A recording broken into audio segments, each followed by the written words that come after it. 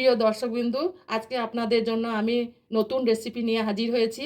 চারাপোনার ঝোল, টেস্টি ঝোল। তার জন্য আমি একটা চারাপোনা নিয়ে নিয়েছি। ওটা আগে আমি কেটে 5 মিনিট আগে হলুদ আর লবণ দিয়ে ম্যারিনেট করে রেখে দিয়েছি। আর নিয়েছি 2 চামচ আদা রসুনের পেস্ট, একটা মিডিয়াম সাইজের পেঁয়াজের পেস্ট, একটা মিডিয়াম সাইজের টমেটো কেটে নিয়েছি, কিছুটা ধনেপাতা কুচি নিয়েছি, আর 2টো নিয়েছি কাঁচা লঙ্কা। হ্যাঁ, এটা আমি চিরিনি। হ্যাঁ, বাদ বাকি মশলা আমি রান্নার সময় আপনাদের দেখিয়ে দেবো। চলুন যাই তাহলে রান্না বসাই। কড়াই চাপিয়ে দিয়েছি, নিয়েছি কিছুটা পরিমাণে সর্ষের তেল। আমি সর্ষের তেলে রান্নাটা করব। দিয়ে আমি মাছগুলোকে ভেজে নেব।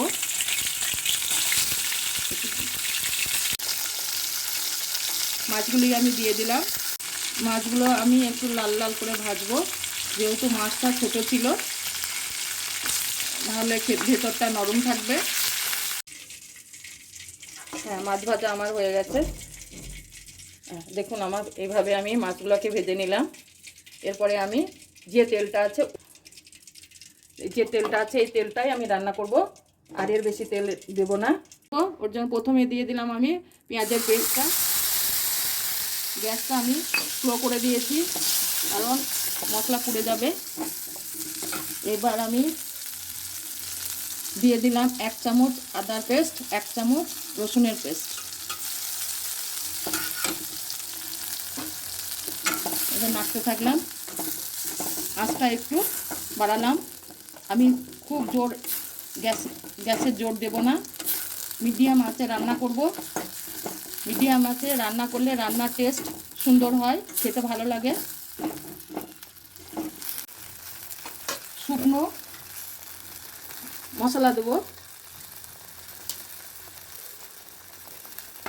প্রথমে দিলাম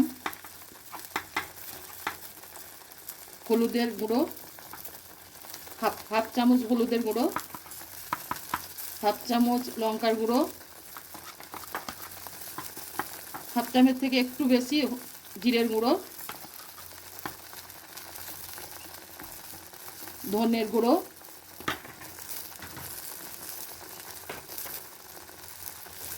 স্বাদ মতো লবণ।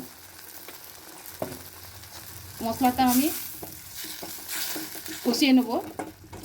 যতক্ষণ না মশলার সঙ্গে তেল আলাদা না হয়েছে ততক্ষণ আমি এইভাবে কষিয়ে যাব। আমার মশলা কষানো মোটামুটি রেডি। মশলার সঙ্গে তেল দেখুন আলাদা হয়ে গেছে। এবার আমার কাজ হলো প্রয়োজন মতো জল দেওয়া। আমরা যেমন ঝোল খাবো সেরকম জল দেব।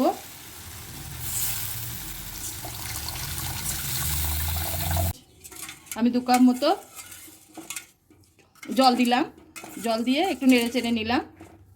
এবার গ্যাসটা একটু জোরে দিলাম, কারণ ঝোলটা ফুটবে তবেই আমি মাছটা ছাড়বো। হ্যাঁ, এই দেখুন ঝোলটা ফুটে উঠেছে। এবার আমি মাছগুলোকে এক এক করে ছেড়ে দেব। ফোটানোর আগেই যদি মাছগুলো ছাড়বো তাহলে মাছের টেস্টটা ঠিকমতো ভালো লাগবে না। কিন্তু ঝোলটাকে যদি আমি ফুটিয়ে মাছগুলো ছাড়ি তাহলে এই মাছের টেস্টটা অন্যরকম হবে, স্বাদটা অন্যরকম লাগবে। এগুলো আমি ঝোলের মধ্যে পুরো ছেড়ে দিলাম। এবার আমি ঢাকাটা দিয়ে দিলাম। ঢাকা দেওয়ার পর গ্যাসটাকে আমি মিডিয়াম করে দিলাম।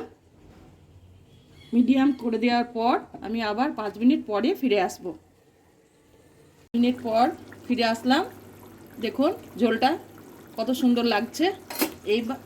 এবার এর মধ্যে আমি অ্যাড করব কেটে রাখা যে টমেটোগুলো, ওইগুলো।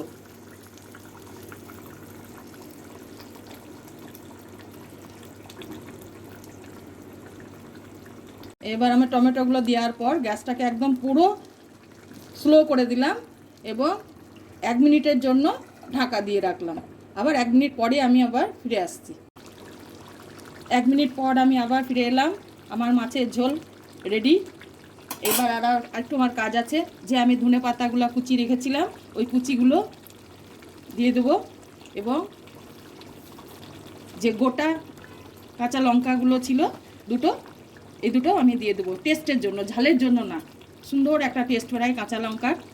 এবার আমি 1 মিনিটের জন্য আরেকবার ঢেকে রাখবো। রেডি আমার চারাপোনার ঝোল। যদি ভিডিওটি ভালো লাগে তাহলে লাইক করে, কমেন্ট করে, সাবস্ক্রাইব করে চ্যানেলটির পাশে থাকুন।